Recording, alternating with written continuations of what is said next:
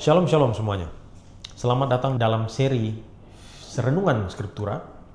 Pada video ini kita akan bersama-sama membaca kitab suci dari bacaan Yosua pasal 24 ayat 14 sampai 18. Dengan kita memahami beberapa kata dari kitab suci dengan menggunakan bahasa Ibrani. Kita akan melihat dalam 3 kata kunci utama, lalu menutup dengan refleksi singkat. Kata kunci yang pertama adalah kata Yare. Kata ini biasanya diterjemahkan dengan kata takut atau hormat. Dalam ayat 14, Yosua mengajak umat untuk takut akan Tuhan. Dalam bahasa Ibrani, yare tidak menunjuk pada rasa takut yang menekan, tetapi sikap hormat yang lahir dari pengenalan akan siapa Tuhan itu. Sikap ini menjadi dasar relasi yang benar antara umat dan Tuhan.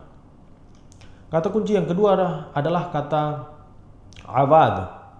Abad artinya melayani. Kata ini dipakai secara berulang dalam bagian ini, baik untuk melayani Tuhan maupun untuk melayani ilah-ilah yang lain.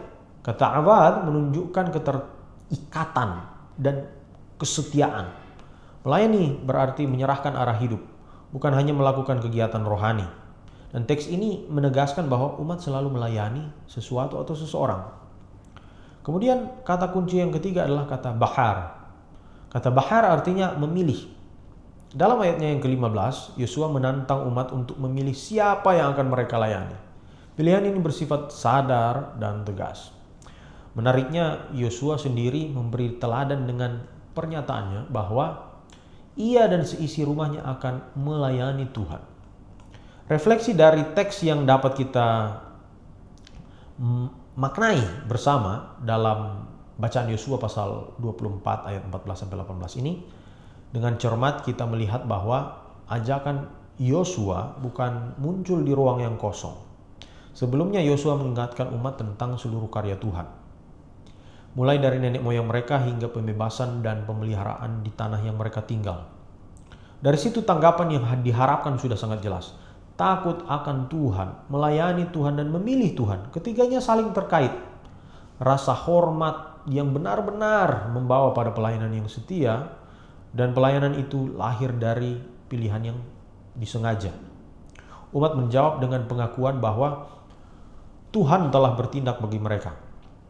Mereka menyadari bahwa kesetiaan mereka bukan karena kewajiban yang kosong, tetapi sebagai tanggapan atas karya Tuhan, yakni karya yang nyata dalam sejarah mereka. Teks ini menolong kita melihat bahwa iman bukan sekedar warisan, tetapi pilihan yang terus diperbarui. Melayani Tuhan berarti mengingat siapa Dia dan apa yang telah Dia lakukan. Lalu dengan sadar mengarahkan hidup yang hanya ditujukan kepadanya. Kiranya melalui teks ini kita dapat diajak kembali menegaskan pilihan kita untuk hidup dalam hormat, kesetiaan, dan pelayanan kepada Tuhan. Terima kasih sudah belajar bersama dengan menyimak seri Renungan Skriptura. Sampai jumpa di pembahasan video-video kita selanjutnya. Tuhan memberkati. Shalom shalom.